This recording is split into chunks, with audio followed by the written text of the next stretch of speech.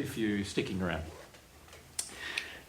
What we wanted to do, though, is just talk to you a bit about our plans and what we've been doing in Australia for quite some time now, for the last 5 or 6 years, so that you have a bit of an idea of what our plans are in different places of the world as well. So in Australia, probably 7 years ago now, we started a non-profit organisation called God's Way. God's Way Limited, it's called. It's an Australian non-profit organisation. Mary and I are the founding members, but we're not the directors of the organisation. We were for a while, but we've found some people who we feel are of good spiritual development, who we can trust while we're travelling, and those 3 people are managing that organisation in Australia. And that organisation has a number of, at the moment, 4 different properties, but we're trying to sell 1 property so that we can build our first auditorium, right?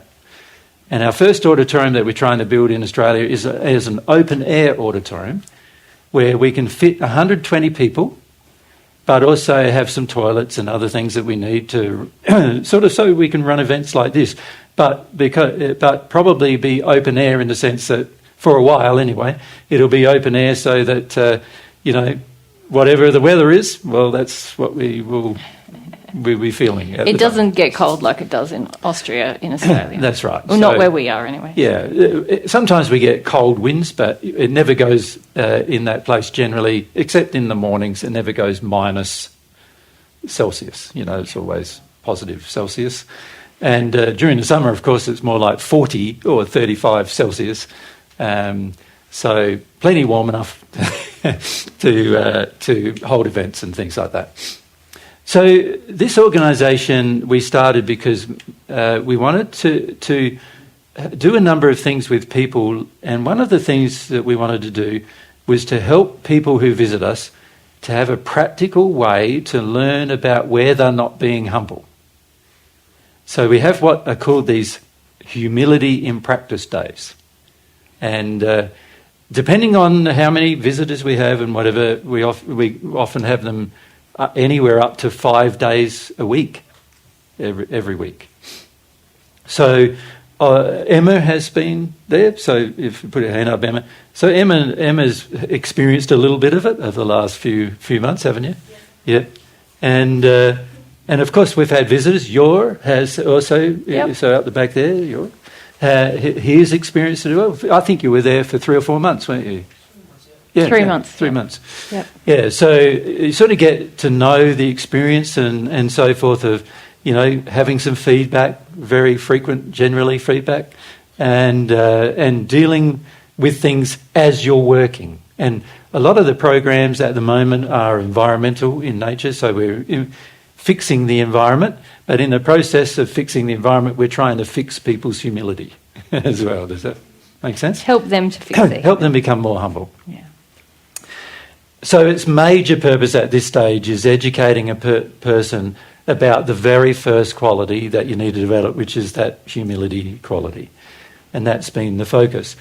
But of course, there's other goals, and some of those other goals include eventually having a place where we can meet regularly in Australia. And it's our plan in the future that we would set up eventually these particular, what we'd call learning centres. We're calling them God's Way Learning Centres, so learning about God's Way as a centre. And we're hoping to have some of these around the world. At least one in Europe, at least one in each continent. In the end, is our desire.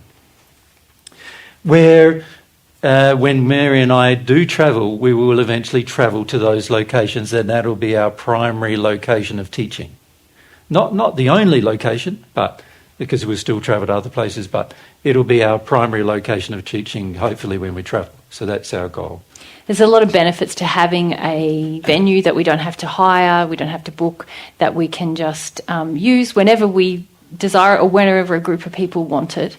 And we could leave it with equipment and everything so that we literally just have to come and see everyone. Yeah. Yeah, to give you an idea of what happens when we travel, we do end up spending quite a lot of money, as you can imagine. There's flights from Australia to get to Europe, firstly, and then, of course, we have to get another flight to get to the location in Europe. Also, we've got to hire the venue. So to give you an example, with this particular venue, this venue cost us, I think it was 15, a total, with the speaker hire, which was a separate hire and everything, it's around about €1,400 for this hire for the 3 days. Now, that is a very reasonable price, actually. We've had some venues quote us €10,000 and things like that. So €1,400 is about as reasonable as we could find in Austria, to be honest. So a venue around about this size, which is around about allowing for up to 60 people or so, generally costs us around that amount. And Mary and I try to reduce the costs of the venues, because if we can do that, then the shared cost of the venue is not so high, right?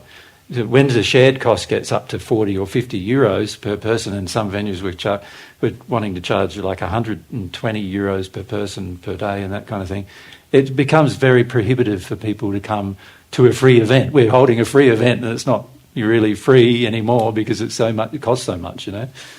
So what we try to do is we try to reduce the costs, but obviously, you know, we pay those costs. So an example of this venue, we're paying around about $1,400 for the venue. Mary and I have accommodation. It's around about the same figure for the accommodation for the time we're staying. And then we also had to hire a car to get from Munich in this case. And so that has also cost us a similar amount again. So by the time you're done, most places we go to, without our food or without anything else, are usually costing us around 4,000 to 5,000 euros for every place we visit. And as you can imagine, Mary and I don't have, you know, we live by donations, so we're very reliant on your donations, and it's thanks to your donations for the large part that we're here. But I must point out that the donations that for us to get to Europe, were a third of the donations came from Australia. So they actually gifted money, even though they weren't going to personally benefit from you hearing this. They felt that you should have the experience, and so they contributed.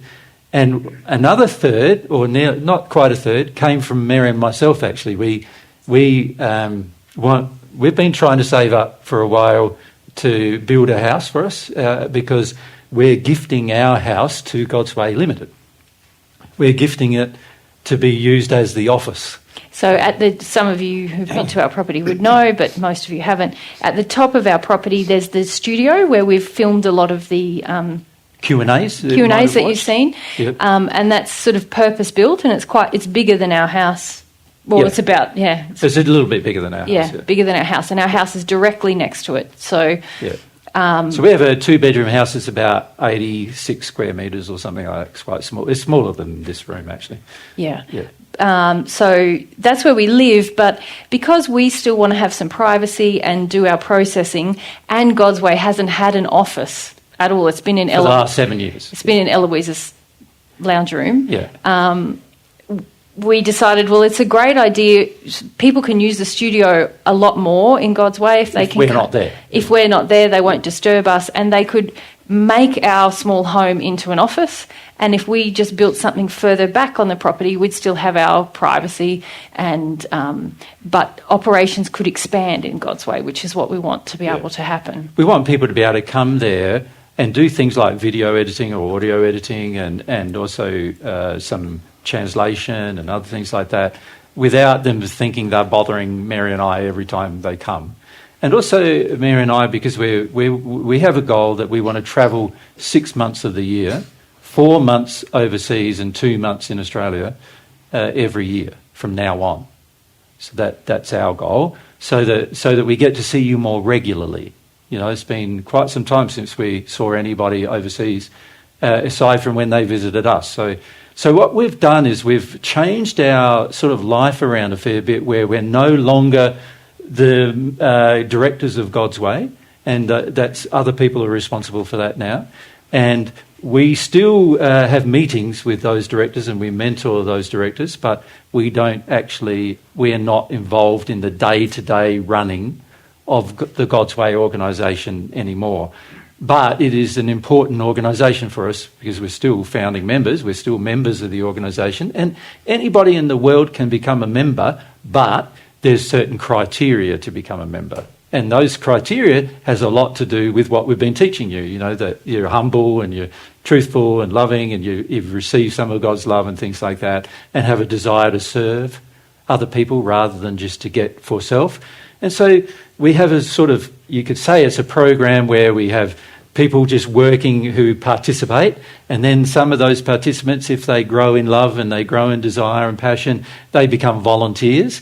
And so we have a number of volunteers now that are volunteer. I can't remember how many. I think it's about 12 or 15 or something like that, isn't it? At the most, yeah. 12, I think, something like that. There's probably 30 or 40 who participate regularly every week, and then there's about 12 that are volunteers, and then once you've worked through becoming a volunteer and work through your stuff about being a volunteer and things like that, and have some passion, then often we appoint them as you can apply to be a member, and a member is a financially contributing person. It's $100 a year, so it's not very much. Or $100 a month, sorry. Not very much, but it's enough to keep the company, the basics of the company running. The company costs around 60,000 Australian dollars a year to run because it has 4 properties that it has to pay for, and it has around about, at the moment, about $2.5 million of assets, of which we're getting rid of some so that we can build a hall. So that's all of those assets, and absolutely every one of those assets has been gifted. So nothing's been earned or anything. They've all been gifted from different people. Some people have gifted significant amounts. Mary and I gift to the organisation all the time, and many of the directors have also gifted to the organisation all the time. But on top of that, we receive gifts from other sources. And any person in the world can give it a gift, and that gift will be used for that purpose of helping people develop humility, and also for the purpose of trying to help share. The focus is sharing God's truth on earth. So that's the focus of the organisation, God's Way. We should say as well that there's quite a large-scale environmental recovery thing already happening on a couple of the properties. Yes, as well. we have a 22-tonne bulldozer and a 22-tonne excavator, and those things are being used in the recovery process, so that instead of being used to destroy the land, they're being used to recover the land. And already we've recovered around 7 acres, 8 acres, or maybe even 10 acres nearly now, of land where it was completely bare land before, and now there's trees up to, probably up to 8 metres high. This has happened over the last 7 years. And what we've done is we've also worked on finding methods to recover land very quickly, particularly in arid environments. So the environment that was there before, if you look at it on Google Maps, you'll see that it was completely barren of vegetation for nearly 12 years. And now we have, like I said, about 8 metre high trees on that same land. So things have changed quite a lot, and we've worked out many very good techniques for recovering the environment and other things like that. And as we've recovered the environment, the insects have come, and the birds have come, and the animals have come, and there's a whole ecosystem that's getting built actually, and it's really fascinating to watch what happens to it every year, because it just develops more and more and more every year, where there's more and more abundance, and it develops every year. So that's what the dozer and the excavator are being used for primarily. We also have, other things that have been donated, like there's a big farm tractor. So when I say big tractor, it's only a 100 horsepower tractor, but it's big enough to do the jobs. We also have a big farm trailer, which is a 12-tonne trailer. So it means we can shift soil around and move everything around. So it's a proper operation, right? Like a fairly big farm. And at the moment, God's Way is responsible for about 1,000 acres of land. So that's a fairly large allotment. Now, God's Way, the intention of God's Way in the future is to become more and more focused on sharing and using these tools that we've got, all of these implements, and to actually share not only about God's truth and not only about having these humility and practice days, but also share information about things like how to recover the environment and how to improve other things like that. So there's a fairly wide scope of goals, and I think online in the God's Way website, which I should probably mention, it's godsway.net. I think you can actually download the constitution of the company and read the constitution, and you'll see its goals.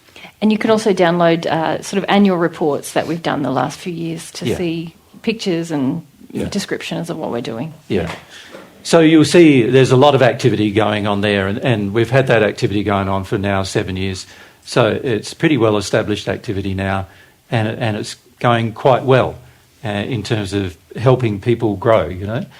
If you look at this website, you'll see all the activities of that God's Way organisation, and Mary and I are pretty passionate about that organisation, like in terms of helping it progress and helping it grow, and also sorting out any problems as to why it's not progressing as well. So that has taken up a fair portion of our time over the last 6 years or so. On top of that, Mary and I run all of their tech. So I do all their tech work. So you say you do, yeah. So we're talking the storage of nearly a petabyte of data at this stage that hasn't been edited. There's a large amount of data and a large amount of storage. You're talking just in terms of storage, it's nearly $250,000 worth of equipment just to store the data. Which was all donated as well. Which has all been donated as well. Yeah. So it's a fairly big sort of operation, and we're trying to streamline it in such a way that more sharing can happen. Because at the moment we're just sort of we're collecting lots of data. There's photos of all the growth of everything, the trees, the plants and everything, the bird life. There's photos of what we've done, all the projects we've done. And we'd like to share all that, but of course there's nobody... We haven't got enough people who are in a good space of development to actually put all the data together and share it all and all those kind of things. So we need just more people who have good development to share all those things. But we're pretty close to geared up to share. So it's just a matter now of finding the people, right? And really, if we've done it the wrong way around, we should have found the people first. But that's how it's gone. You know, people have donated funds, so we got things set up, but. It probably would have been better if we found the people first. Then we would have been able to, get a lot more things done. But at the moment, the sharing is going, it's happening, but it's sort of like nowhere near the capacity of what we could be sharing. But that being said, it's a wonderful project, and Mary and I have been enjoying it a lot. But also, it's been very busy, as you can imagine, setting up all these things.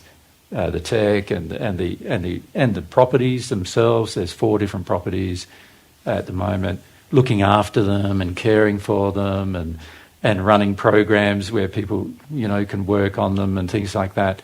And it takes quite a lot of organisation. But our goal is to have one of those in every continent.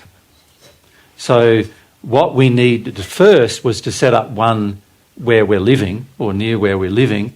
It's about 5 kilometres away from where Mary and I actually do, so that we could teach people what to do, how to run it and all those other things, so that when we set up in another country, we've got a group of people who can go to that country and help that country set up as well. Does that make sense? So that's the goal. And it's a sort of a slow process because it's a lot about people's hearts, it's got to be motivated sincerely. We're not interested in it being a quick thing. We're not interested in it being something where people get arrogant and think they're going to be the solution to the problems or anything like that. We're more interested in it being a heartfelt growth that is motivated by the hearts of people. So that's our goal. And in future years, if we come back, well, we plan to come back annually if we can. If we can, but that's dependent upon donations, of course. So, yeah. But certainly some of the directors of God's Way are already really excited to come with us and do humility and practice days with people who come to the talks, and maybe give you some presentations about projects that have happened and the spiritual lessons that were learned in doing the projects. So they're all very excited to do that and to meet all of you. It was a bit, a lot of them wanted to come with us. So on this trip. So they could meet you and We're not really yet geared up for some of them to come because if they did come, then we'd need another group of people left over to run back things. home, and we haven't yet found another group of people who we could trust as well as we do trust their current group of people who are running the organisation. While we're on this trip, they are building a very large water catchment shed while we're here. So 25 metres long, 10 metres wide, 150,000 litres of water. In Australia, water is like precious. Yes. Particularly where we live, we don't get much of it per year. And we use it for drinking. The water we catch, we drink, we use it for showering and all that kind of stuff.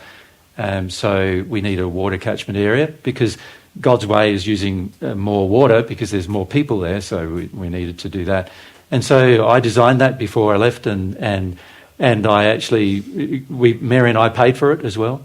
And then we've given it to the team, and they're hopefully building it. We don't know how far they've got now. So far. We'll see. I'm not sure.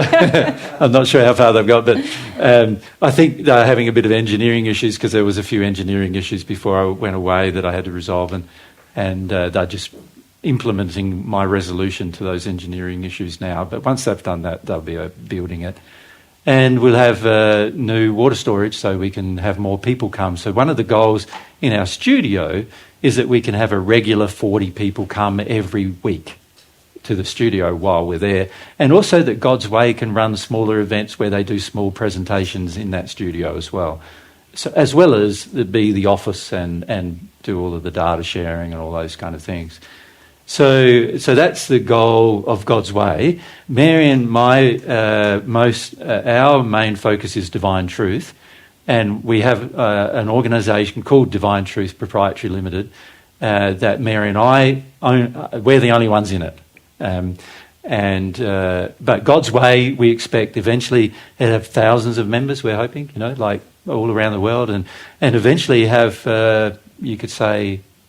Suppose in each continent at least, a God's Way limited in each continent. That's the end goal, with the same goals, with the same structure, with the same focus on spiritual development, that kind of thing. And eventually, we expect people may live there, live there. But at this stage, our focus is more just making it a centre for learning rather than people living there. So that's our goal. So is there any questions about that before I proceed with what plans we have about that? No? No?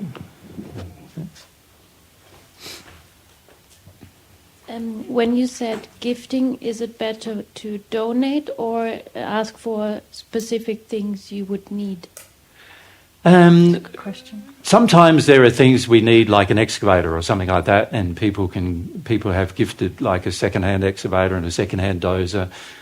Sometimes we have expenses on those equipment, and people give some money to pay for those expenses. So just recently, our excavator needed new tracks, because it's done so many thousand hours of work now. It needed new tracks, and so the new tracks cost about $22,000. So, somebody donated the funds to do that as well. And there was also some damage to the excavator boom that was done. Well, we don't know how it was done because it wasn't done by any of us. So it must have been done when we put the excavator in to get the tracks. But nobody owned up to it. But we had to fix it so that, somebody donated towards that. And so, there are projects you can donate towards. There's just a general expenses you can donate towards. There's also time, your time and energy which is really appreciated as well. Like, just going there for a few months if you want to go there and have the experience. We're not yet really geared up to accommodate people well at this stage, but there's a lot of ways in which you can participate. And we're hoping that if we set these things up in, like one in Europe, for example, at this stage our feeling is sort of between probably the border between Spain and Portugal, somewhere in that region, that we can get the same thing running there, but it's going to be very dependent upon the sole condition of people who can stay running it while we're not there. And that's going to be the tricky thing, because what we've found in the past is that many people, if they don't have the right condition, they get arrogant and they mislead people with truth. And then on top of that, they have a tendency to take from the organisation rather than giving to it.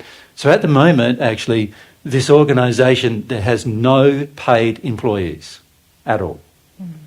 So even all the directors, they're giving all of their time, which is full time. So there's 3 directors at the moment, and this is something also that you can donate towards. Can I just mention on the donating, if you go to godsway.net, there's each quarter now we're publishing kind of what our expenses have been and what projects you might like to support specifically and how to do that. And what projects are on hold, what projects are actually going. That kind of thing. And the expenses, but those expenses don't include paying the people running it.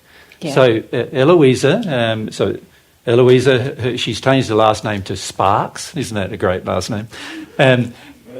So it's Eloisa Sparks is one of the directors. She's the managing director at the moment. And then there's the person you know as Cornelius, right? His actual name in this life is David Walsh, right? You could say he's the building director, the construction director of the company, and he's managing all the building projects that we're doing.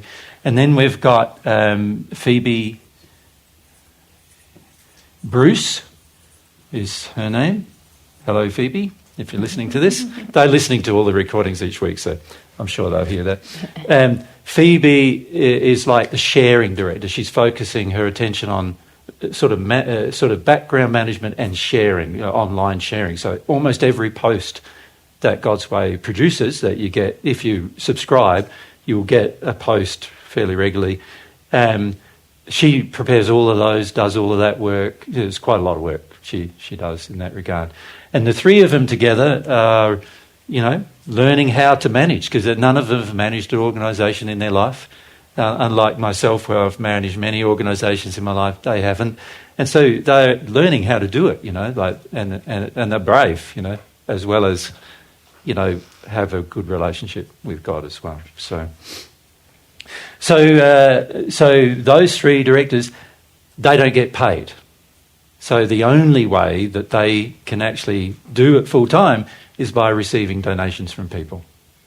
So they trust that they're living the same way Mary and I are living, actually.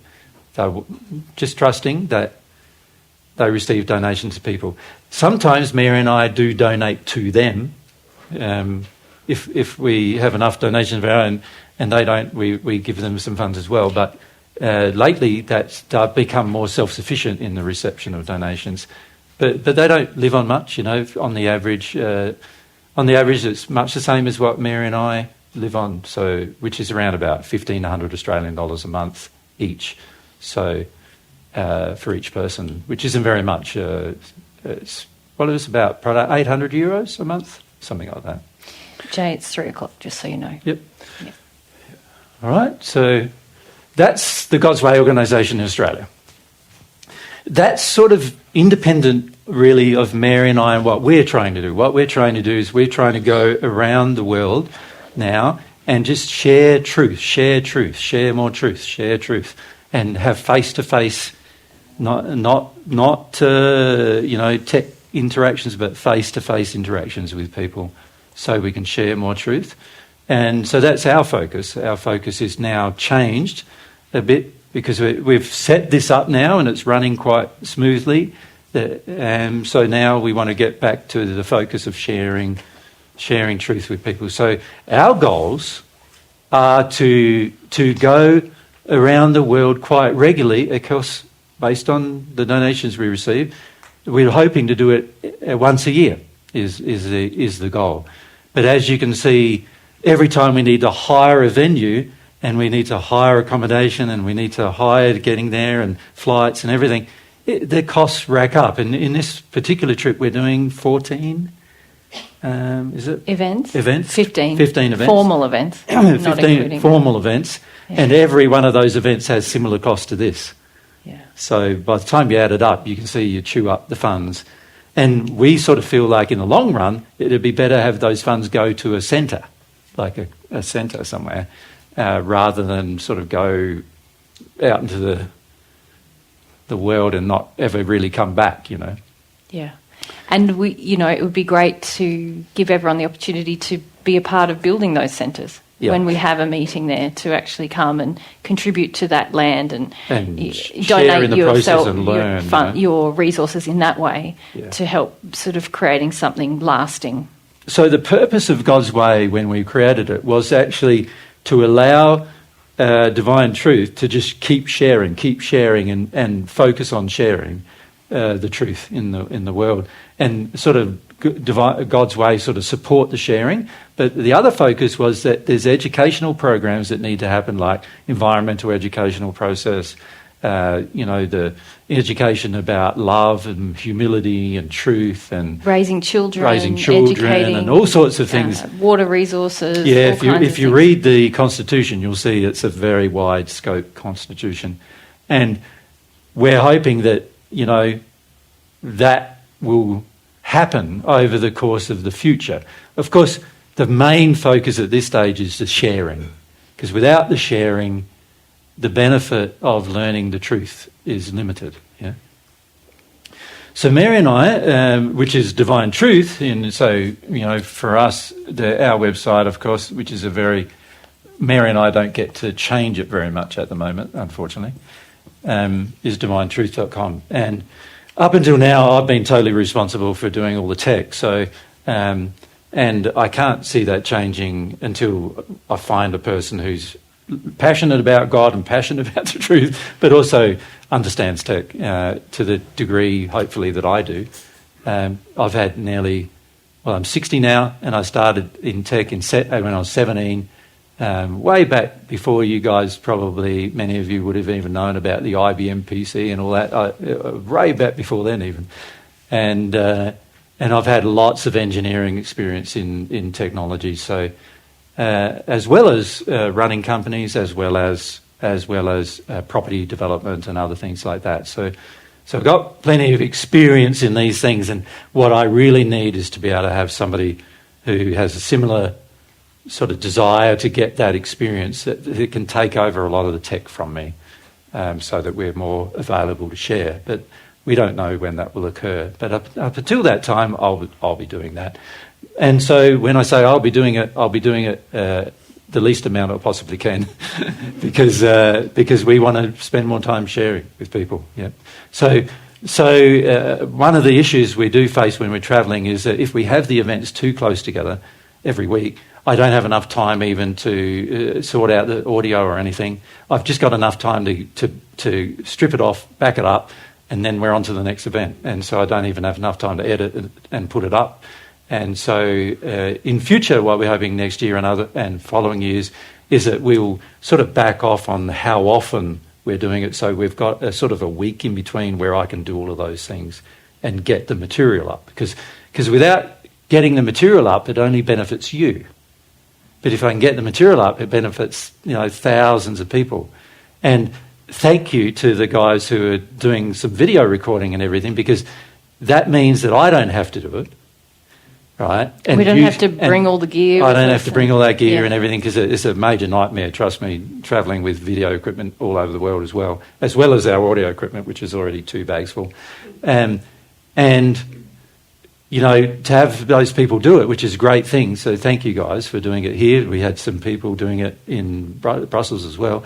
And we don't know who's going to do it in the future, because it's just sort of like ad hoc happens.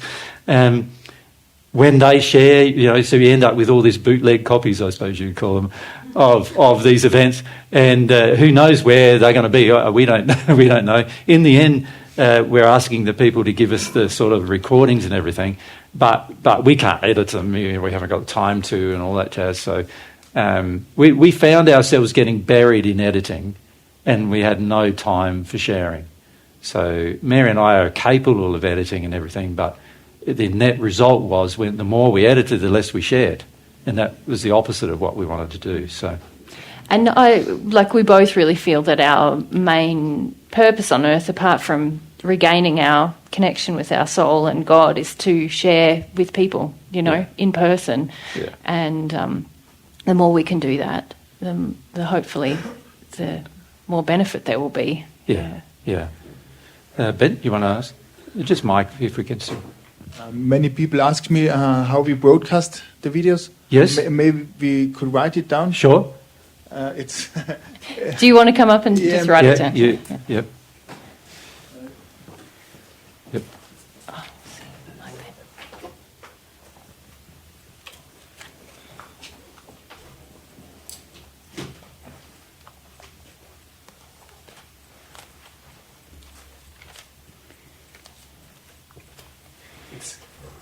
Gott und die Welt. It's God and the world. Yeah. In German. Yeah. God and the world in German. Dash DT. Good day. There you go. Yeah. Good day. So, Emma. On YouTube, I'm sorry. Oh, and YouTube. Is there a YouTube particular channel? That is the channel. Oh, that is That's the YouTube. channel. Yeah, this is. That is the YouTube channel. Yeah. Emma. The talks from last weekend are on a different channel. Yes. And so I could... So last weekend was? It's at Exposure. At Exposure. 3569. 3569. And I'm hoping to be able to send more video recordings to go on To that channel one as well. too. Yes. Yes. Yeah. Good day. Yep. So that's what's happening at the moment. Now, we have no control over those things, obviously, Mary and I. The only place we have it is on divinetruth.com. We don't have any Facebook. We don't have any other thing. It's divinetruth.com or YouTube, our YouTube channels. But as I said, very dependent on the time I have. And as you can imagine, I don't have a lot of it. So, it just depends on when I get a bit of time to upload things or whatever. If you get to these other places, you'll be able to probably get them quicker than you'll get them from me. So our goal, of course, is eventually to have a little team that actually does it for us and does all the sharing part for us. So Mary and I can just spend our time teaching and somebody else captures it and shares it and so forth. But as you can imagine, when you're travelling around, every new person you add to the travel adds to the cost. And so it can become very expensive having a little team with you. And so unless we get those kind of donations that allow for that, we really can't do it up until then. So at the moment, we're limited to how we are, mostly because there's a limitation of funds and people in terms of helping out, or who are in a good condition, who don't argue with me about things. And the temptation to argue comes from the fight with the truth, right? And so, we find quite a lot that people say they want to help, but then they start arguing with me, and I don't have the tolerance for that. Not anymore. Yeah, if we go out the back to Olga. Not anymore. I used to have a tolerance for that, but not anymore. Is there another possibility to support you, not only with the donation, but in another way in Europe? It's difficult at the moment to remotely support us. Mm-hmm. Obviously, one way is to translate material. Ah, great. Because of course, people are hearing this today. It's all in English, isn't it? And it'd be nice if there was some subtitles in German or subtitles in French or whatever, wouldn't it? Because that way more people can. So that's one way that remote help can be. But we also found that you've got to be fairly connected to the meaning of what we say in order to subtitle what we say. So, and that requires some emotional and development with God as well. And it's very hard for Mary and I to correct anything you do wrong because to do that we would have to know the language, and you know what I mean. So it requires a lot of sincerity as well to not change things and so forth. But that's one way that can help practically. There's probably other ways, and that is, the biggest practical way to help is to receive more love. The more love you receive, the more you'll be a reflection of that love in your life. And then people ask, where did you hear that from? And, why did you do that? And you can refer to the truth to them, and that spreads then. If people see you becoming more unloving or more arrogant, then of course, it's not going to spread then, is it? So that's the biggest way to help. And then there are some secondary practical ways to help. But until we get a centre in Europe, it's going to be harder to help remotely when it's like 13,000 kilometres away. And what I find too is that most of the internet now is focused towards downloading things, speed-wise. It's all focused towards downloading things. So uploading things, which is what we need to do to get material back to Australia while we're travelling and all that kind of stuff, it's very, very slow. Like in Innsbruck, we're getting like 100 kilobit uploads, which means that if I'm recording 150 gigabytes of data, just audio, and if it was video, it would be more like 2 terabytes of data over 3 days. It would take forever, literally like 6 months to upload the data. So there's practical limitations of how much can be done remotely, is what we've found. So a lot of the work will need to be done on site.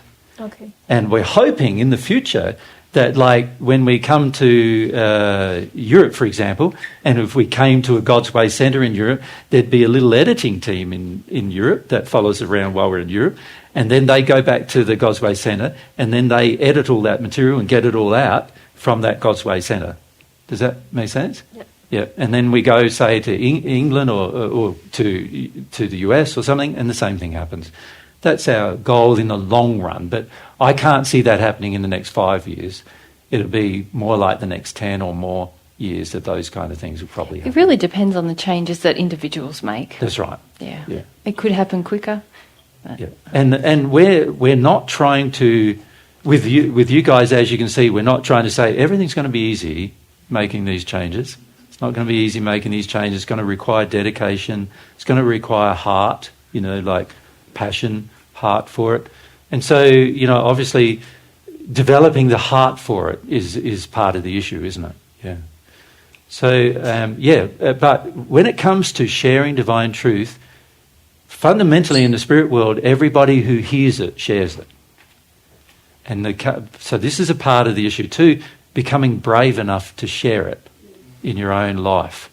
Many of you we know listen, and you have your private listening, and you go, "Oh, it's wonderful, and I like it," but you're very afraid of sharing it in public because of course it means potential attack, and people will accuse you of being in a cult and all these other things, and none of that's true. Of course, Mary and I don't run a cult. We're not.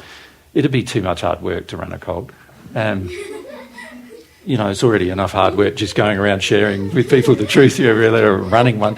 But the average person will accuse you of that just because I'm saying I'm Jesus, right? These kind of problems are not going to go away soon, and you need to have some bravery and let the truth affect your heart, and as it affects your heart, then you will want to share, and then the more you want to share, sometimes you want to help us share, but sometimes you'll just share yourself, like I'll put this together and share that, and I'll put this together and share that kind of thing. Yeah. Any little bit of sharing helps. Yeah. So this is why we encourage you while you're here to take your own recordings, and don't feel afraid of sharing them. I know there's private things that are said here sometimes, but we don't care. And we're trying to teach you not to care either. Nothing's really private anyway. At the end of the day, every spirit knows exactly what you're doing. So why try and keep it private? It's not really much point to that. So what we want to do is encourage you to share the truth that you learn. And sometimes you feel not qualified, or sometimes you feel like, I'm not in a good enough space myself. Well, it doesn't really matter, because at the end of the day, who knows the benefit from you sharing the truth? And you might find, all I need to do is just share some material here, or this is what I've learnt, or whatever. Yeah, you want to ask? Yep.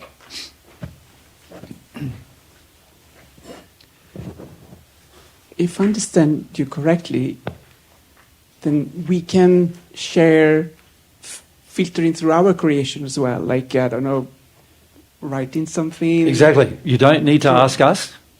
Some people feel they need to ask us, but you don't need to ask us. Everything we produce is in public domain. You can just grab it and share it.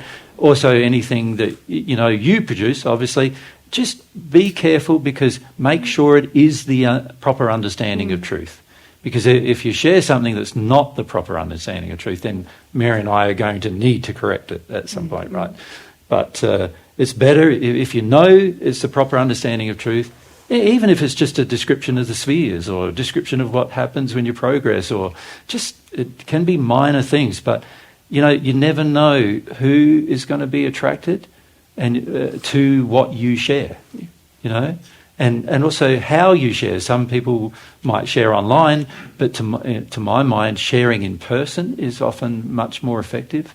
So, but that requires bravery too, doesn't it? So, yeah. Thank you. Yeah. So if we come to Em and then up the back to Stephen. Yeah. I'm going to most of the talks and taking audio recordings, and I thought if anybody would like to be on my list to receive them, if they wanted to tick on the sign-in sheet. Yep. And then I can add them to the list, and I send them out usually the evening of the talk. Yeah, and that assumes that your sign-in sheet has the right email address, doesn't it? Yes. Yeah, so some of you we Check found that. haven't put the right email address in, so you just make sure that it's the right email address when you check that sign-in sheet. So eventually what we're hoping to do is that many of you just share because you want to share, and, like all of that. This is the way things grow naturally, not through some organised structure, but rather through people's passion, desiring the sharing. And keep in mind the principles of free will. See how Emma asked you, tell me if you want it, rather than just saying, I'm sending it to everyone. Yeah, don't force anybody to receive anything. Yeah. Makes sense? And if, by the way, if you have to leave now, feel comfortable? See you. Yeah. See you later. Yeah. Feel comfortable leaving at any time. I'm just explaining what we're doing, that's all. So obviously for Mary and I, our goal now is to be able to share, have more time sharing is the goal. So we want to try to do 4 to 4.5 months overseas, generally, and about a couple of months or 6 weeks in Australia is our goal. And then we'll probably have 6 weeks home, because we need to also keep things going where we are and share with those people as well. 6 months, you mean? 6 months, sorry. You said 6 weeks. Did I? Yeah, 6 months. And so we want to obviously sort of have this sort of regular sharing that's going on. And we feel the more we can share, then you've got more material to share, and then you can share, and then more people will hear, and if more people hear, more people might respond, and if more people respond, then there'll be improvements in the general condition of the world, if more people respond to the truth. How have you found it being in person versus watching? For some of you, it's the first time. Yeah. So it's a bit different in person, isn't it? Yeah. Yeah. Different. When you're watching it on the telly, you sort of go, I can zone out of that. I can tune out of that. You know what I mean? But when you're in person, it's sort of different. And also there's spirits here that you don't feel when you're watching on telly either. So obviously that's right. And you often see the interactions occurring and everything. And you can feel them, can't you, in the moment too. So that often has a powerful effect, Also, it can be quite frustrating because you take home with you a group of spirits who want to stop you. So you've got to watch that when you leave here too, by the way, because there are groups of spirits who hang around Mary and I just waiting to influence you badly, right? So there's a negative influence also following us around at times. Right? The antidote to that is have character, have your moral... But anyway, there may have been spirits around that didn't like it that much too. Of course, Have people there's going many that spirits way, who so- come to our events and they don't like what I'm saying. Yeah. But even Nicholas is saying, even around you in general. Yeah. Correct. Yeah. And they'll take the opportunity at times to influence you badly. Stephen, you wanted to? Yeah, I was just going to ask, is there any other recommended material to read besides Through the Mist? Paget Paget messages. messages. Yeah. Okay, thank you. I feel reading the Paget messages is a must, is what I feel. Now, Mary and I do have downloadable Paget messages on the website, but we don't actually produce the Paget messages books. Now, a problem that I see happening is that some of the people who are producing the books are actually modifying the messages. Yeah. So that is a bit of a problem, and that's something that we feel if we had a little team that could actually get the original messages and actually republish those rather than modifying them. And when I say modifying, they're leaving paragraphs out and they're mostly leaving things out, but sometimes changing words, but mostly leaving things out. And we don't agree with that. We want them to be their original. Yeah. But unfortunately, I did a recent search just the other day for some original ones, which were called Angelic Revelations of Divine Truth, written in 1960 and 50s, published by originally by Dr. Stone, who was one of Paget's friends. But I found it very hard to find an original copy, unfortunately. So now if you do buy them, you'll find that some of them have been modified, and they also have these little additional things because they're upset with me. They're trying to put little additional messages in that Jesus is still in heaven and all these other things as well. So they're trying to... some of them even tried to have a meeting with me a few months ago, thinking that because I hadn't spent much time sharing in the last few years that I must have changed my mind, things like that. And so, but on the website, you're going to find... But on our website, you'll find them. But unfortunately, they're in PDF form. I suppose if you have a PDF reader or some kind of thing, you could use that for reading them. And they are the originals. Right. Okay, thank you. Yeah, as much as we're able to do. So I'd recommend reading them for sure. And particularly focus on the messages that talk about God, love, truth, faith. The laws. There's a whole heap of messages that are more about spirit interactions, which are quite fascinating, but the ones that are based on faith, truth, love, God, laws, these are the messages that are, powerful messages for your soul.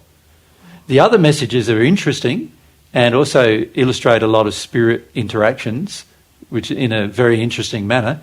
So they're worth reading, but they're not focused on those fundamental truths.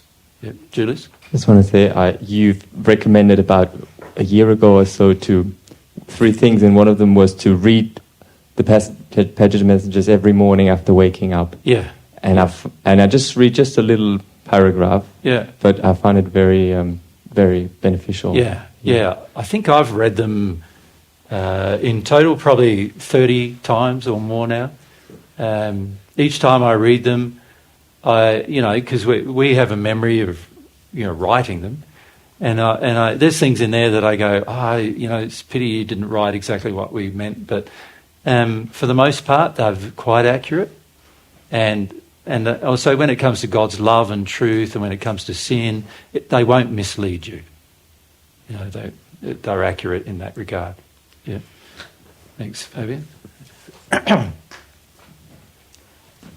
Isn't there a commented version online?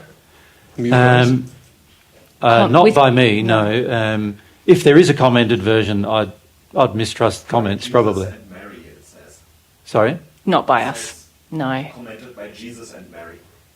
Yeah, not us. Kind of writing by email exchange. On our website? No.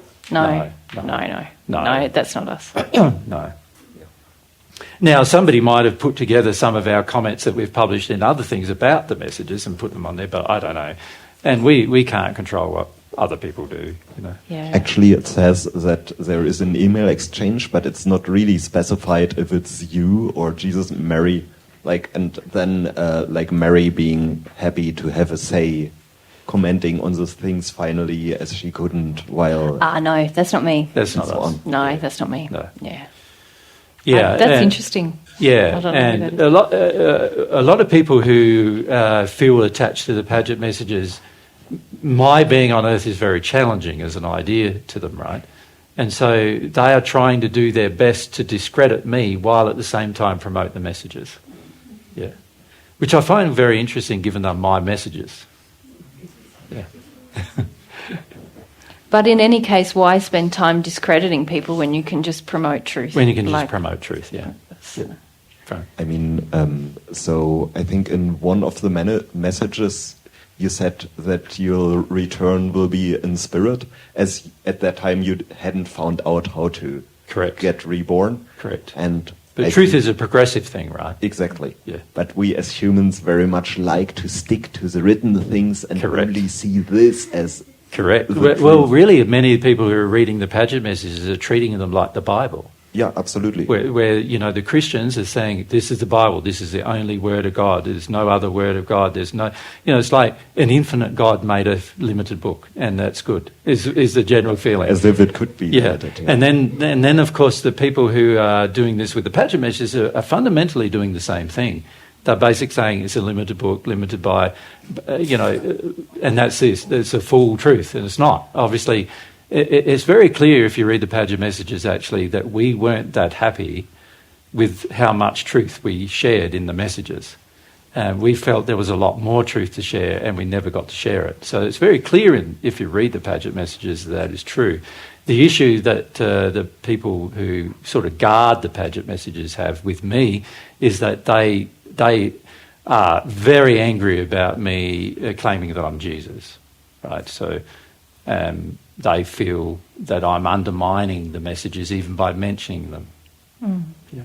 But the Paget messages are a very good resource to have more connection with truth.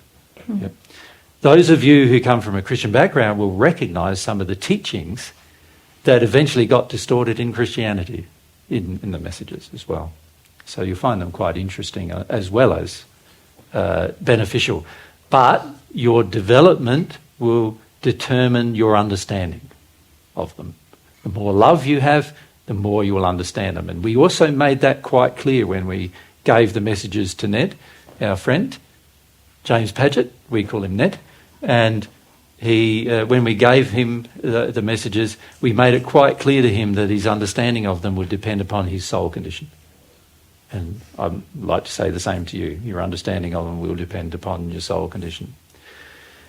Besides that, so obviously one of the things we want to do too is to actually have a little publishing area of Divine Truth that gets all this spiritual material together and republishes it, because a lot of it is going out of print and out of publication for lots of different reasons. There's not a lot of interest in it around the world generally. And also it'd be nice to put it in different languages, because I think the Paget messages currently are in 12 languages from memory, but again, it's very dependent upon the soul condition of the individuals who did the translation as to how effective those translations are. Mm. Thank you. Just wanted to say, for the German-speaking people, there's a really readable, I find, translation of Through the Mists by Robert James Lees. It's called Reise in die Unsterblichkeit, all 3 parts. And of course, it helps to watch Mary's group along with it, the book group. Yeah. Yep.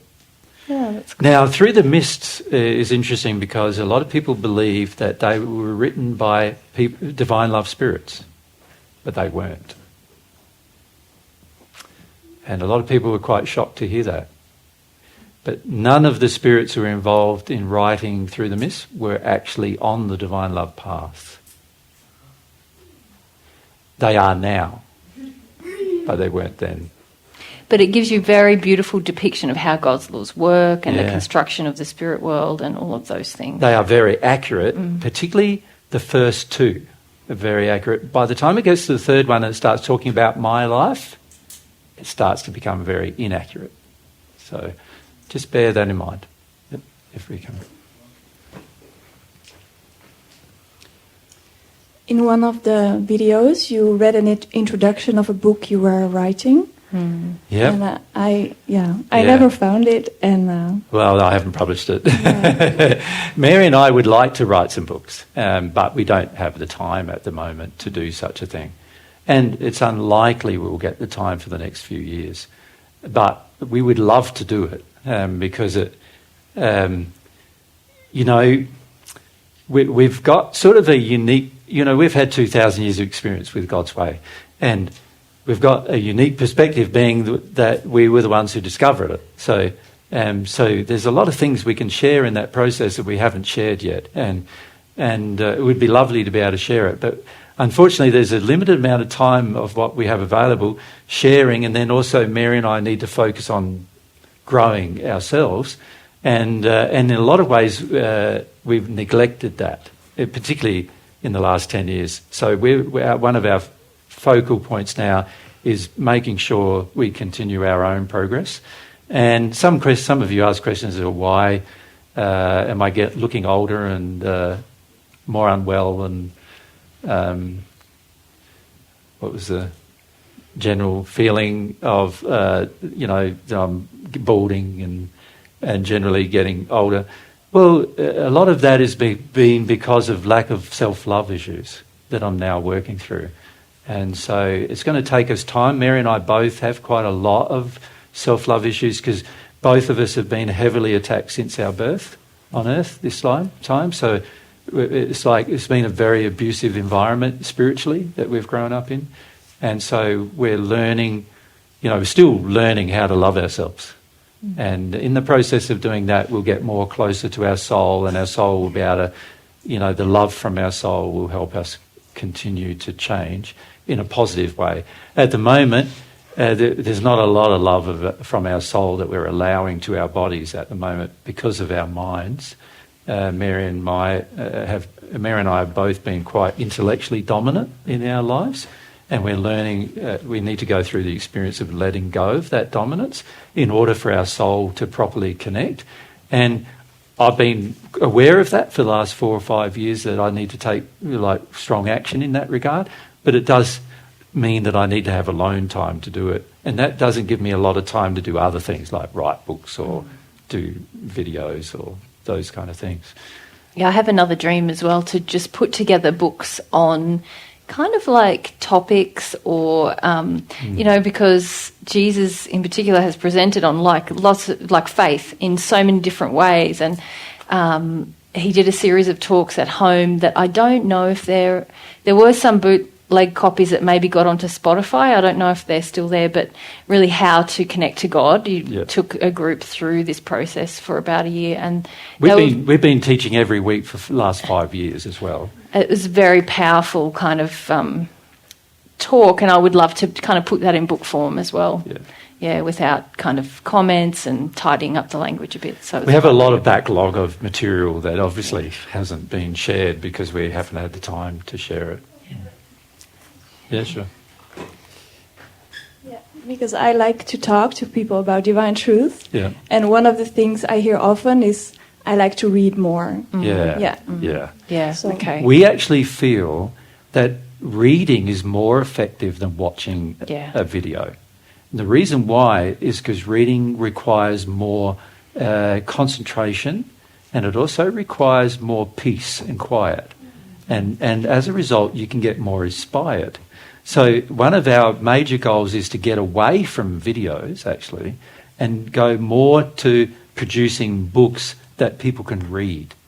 And how to publish those books, well, that's a question in itself, but we would like to do that. But again, that requires Mary and I having the time to write them and to formulate them and write them. Originally, the plans of the 14, because remember there were 14 of us who came here. Of the others, there's only really, one other who is consciously connecting to God's way, other than us two, which is Cornelius, and then the others are in various states of rage about the whole thing. but the original intention was some of them who are experts, far better than us at writing and other things like that. They have a natural aptitude to it. Mary and I are more, you'd call us like the managers, I suppose. The structural organisation is our forte. And some of the others of 14 have specific skills. And originally the intention was that they would be using those skills by now. But of course, you know, it's all to do with their will. So, you know, I don't know how long it's going to take for their will to be exercised. And it may not be exercised ever. So it means other people exercising their will eventually to put things together. And this is where something, so Mary and I want to, basically what we're trying to do is get enough time to share with you truths.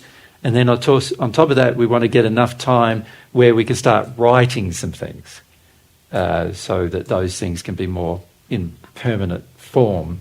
This was something I didn't do in the first century.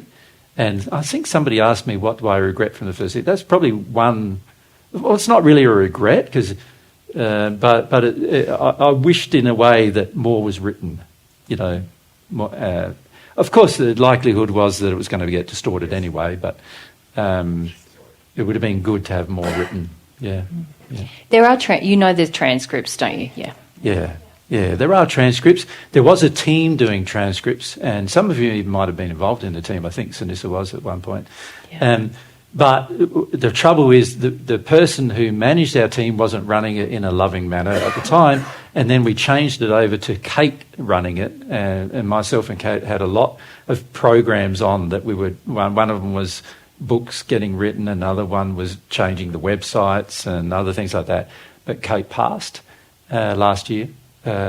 Started last year now, and she was a great loss to our little program of trying to share more. Yeah. She was a very good programmer, and on top of that, she was very open to truth and loved the truth and passionate about it. And she was also very open to listening to my guidance with regard to technology, and she was a great help. But she's passed. She's in the second sphere of the spirit world at the moment, and she's enjoying a life there, so she doesn't sort of regret passing. But we often talk to her and say, miss you. Yeah, miss you, yeah. Yep. Stephen? Do you ever have any contact with other spiritual leaders? Maybe like Neil Donald Walsh, Conversations with God? And how do they treat you? Every spiritual leader I've ever spoken to up until now has not liked me. So generally they ignore us, though. Nobody takes us seriously enough to. Yeah. There are many problems with teachings of different organisations on earth, and when we have a conversation, I start highlighting those problems, and of course they don't want to hear them. So there's fundamentally nobody really wants to talk to me about these matters, and it's interesting because my feeling is one of the most interesting things that we could do would be to have like a television show where it says the man who claims to be Jesus talking about religion or something like that, you know, but the trouble is the spirits at the moment around us don't want us to do that because it will be way too logical and way too appealing. And they know that, so they're trying to... At the moment, there's an orchestrated attempt in the spirit world, and it's also a growing attempt on earth through influence to discredit Mary and myself as much as possible. Yep. Which is to be expected. You know, that happened in the first century for me as well, where the Pharisees used to follow me around trying to discredit me with everybody all the time, which is eventually why we finished up having conversation. But there's the trouble with truth, if you think about it as a trouble, is that it confronts error, and whenever error is confronted, people get emotional about it and they get really upset and angry. And that's... It doesn't matter which spiritual leader you talk to on earth, the majority of them are really undeveloped when it comes to love and truth and humility, faith and truth with regard to their relationship with God. And as a result, they're constantly wanting to be in conflict with what we teach, whether they see a point in it or not sometimes. Yeah. Where were we next? Charlotte? Do you mind me answering these questions, guys? Charlotte? If you need to go, you can go. If you need to go, yeah. I often recommend the Secrets of the Universe talk as a beginner's video. Yeah. Would you recommend that, or would you recommend to just say the channel and the people can watch whatever they like? Well, it's hard, isn't it? Because the Secrets of the Universe does cover quite a lot of things in 2 days, doesn't it? That helps give people a bit of an introduction. The problem is the production of it's very poor, and this is the problem we have with a lot of what we've produced. I have actually thought about tearing the whole thing down and not having anything shared, but that's probably not going to be good either. So we do feel at some point in the future we'll do more polished sort of presentations about some of those things. But at this stage, what's there is there. And we just got to let it do its thing. You'll have noticed that I'm a lot less pandering to audiences than your audience compared to previous audience. And that's because Mary and I are growing, right? We're changing and getting more in harmony with God's love in that regard. So the trouble for a lot of people who have heard our old material is they think we're still those people. And so when they come along, they feel quite sort of confronted. So sometimes the old material causes us grief in the sense of, people have an expectation when they come that's not the expectation we meet. Yeah. Ben? Yeah. I would like to see a documentary where the Jews is shown, so like in TV or... Yeah, almost every person... You want to make it? Yeah. Almost every person who has made a documentary with us in the past has come from a very antagonistic point. And so what they're doing is they're coming from an attacking point. They want to pull us down, and really what they want is the money shot, which is me saying I'm Jesus, and then they want to criticise that. That's what we've found for the most part. There's been a couple that are not like that, but none of them who have made documentaries. We've had a couple of media people who have been... TV segments. TV segments, I suppose you call it. That were live, which is what I prefer, live.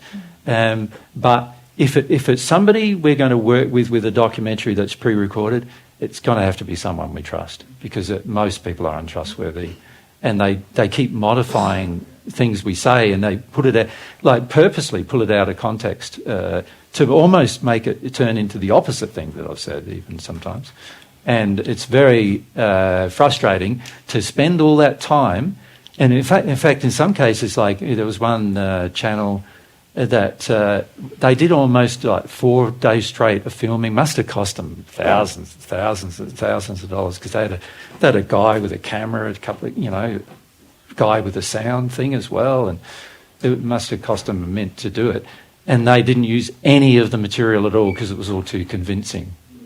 So they just, instead what they do is they invent a story, which a lot of the media have actually done. It's really quite interesting what they do. They've invented stories in order to make it look like a certain thing that they want it to look like.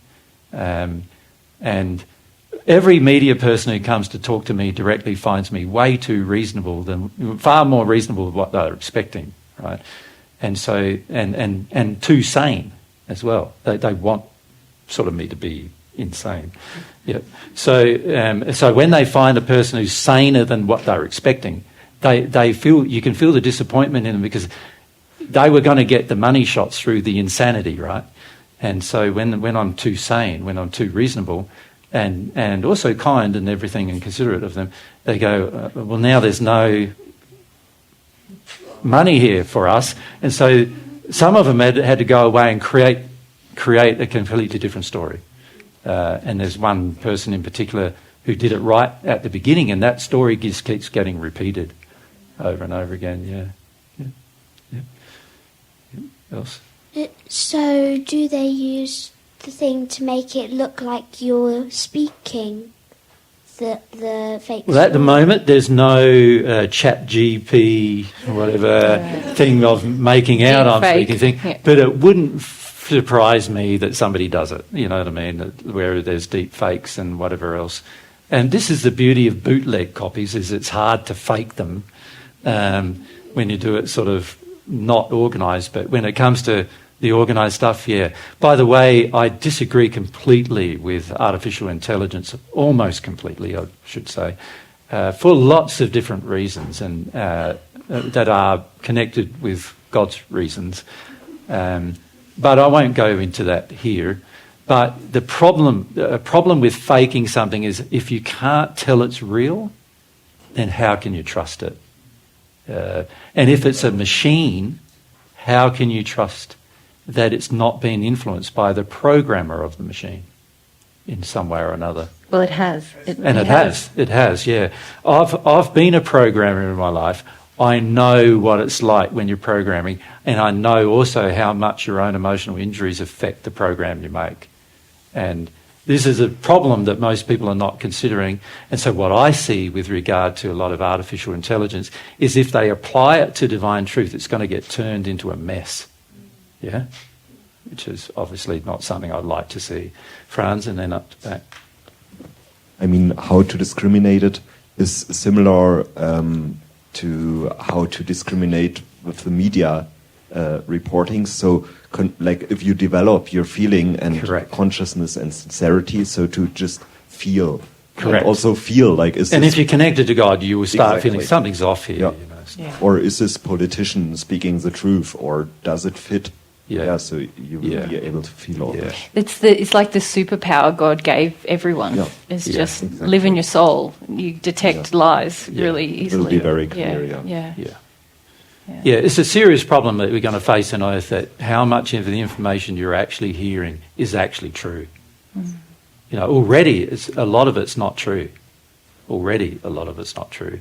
And we find in our personal life that almost everything the media has said, probably 98% of it, not true.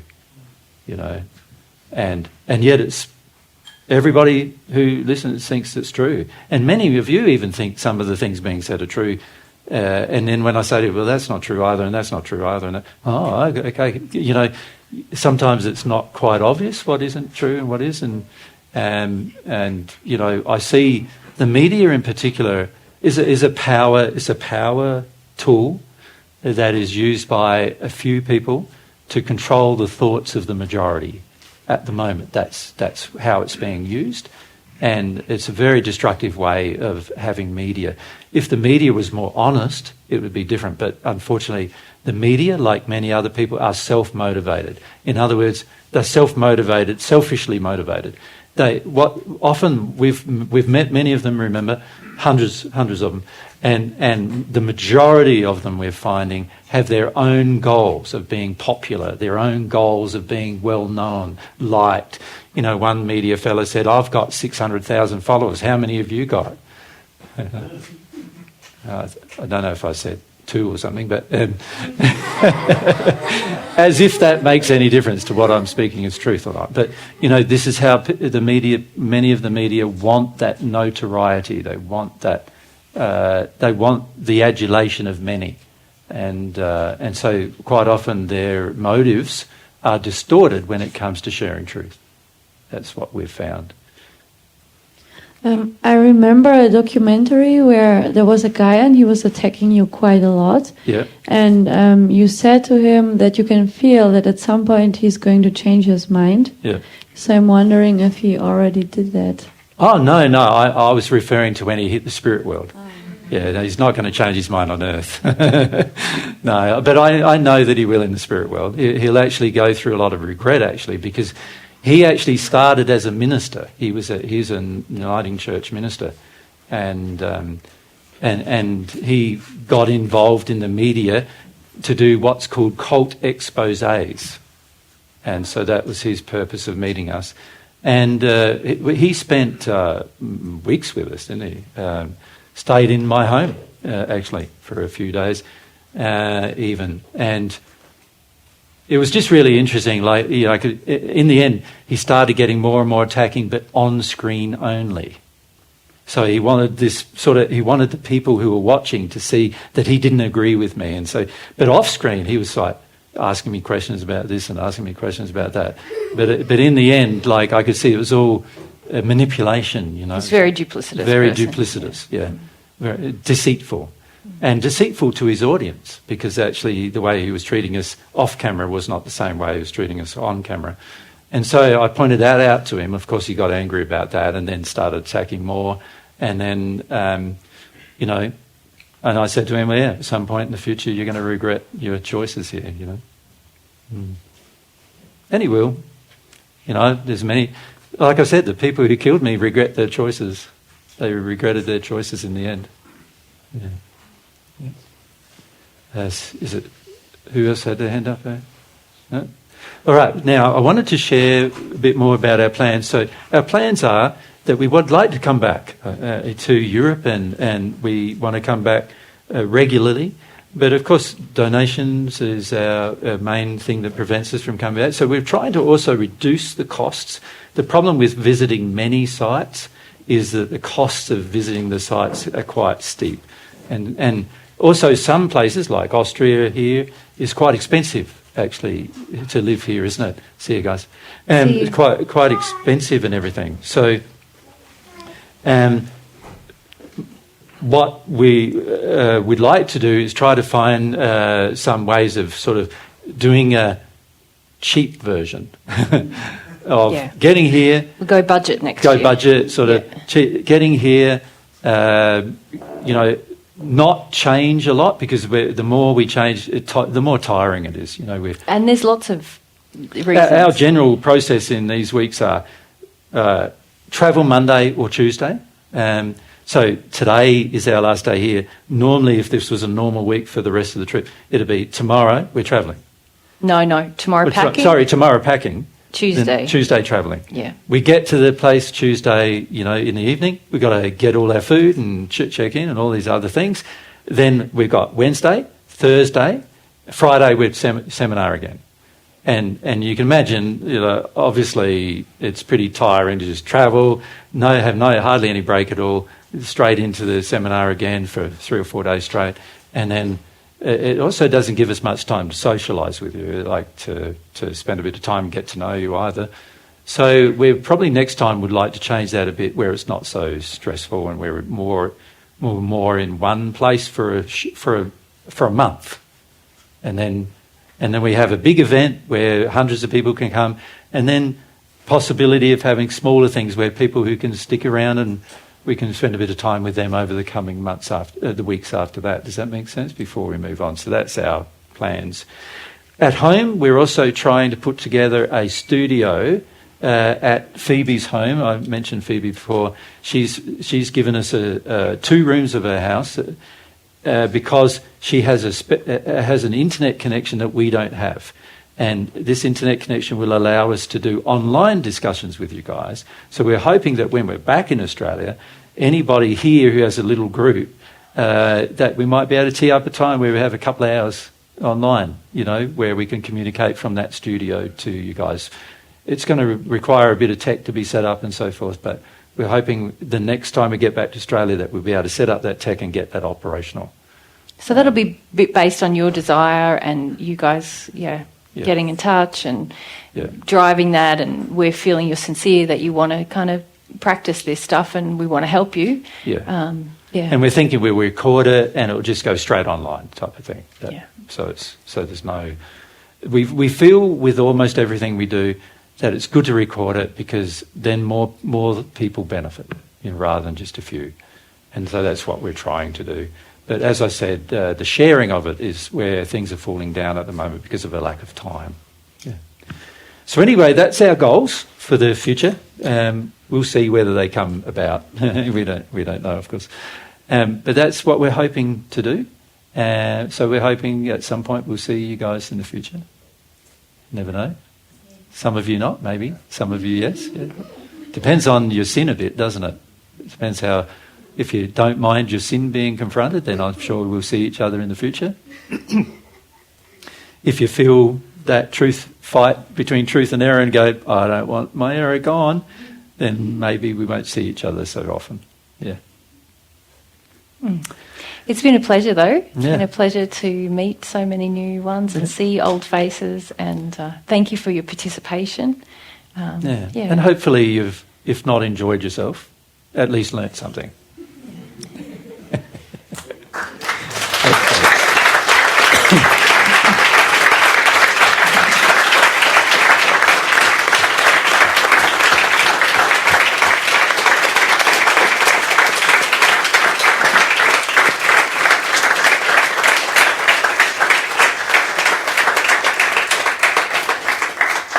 And we would also like to thank the people who've been involved in organising. So, Yep, so that's Alex and Olga.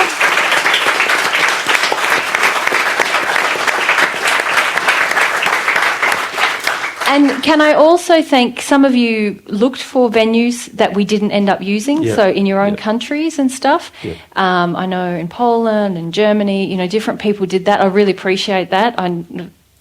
I wanted to go everywhere, but we'd be travelling for the next 3 years. So thank you for that. And also a lot of times we go, okay, there's these options for later, you know, like, you know, that are possible for later.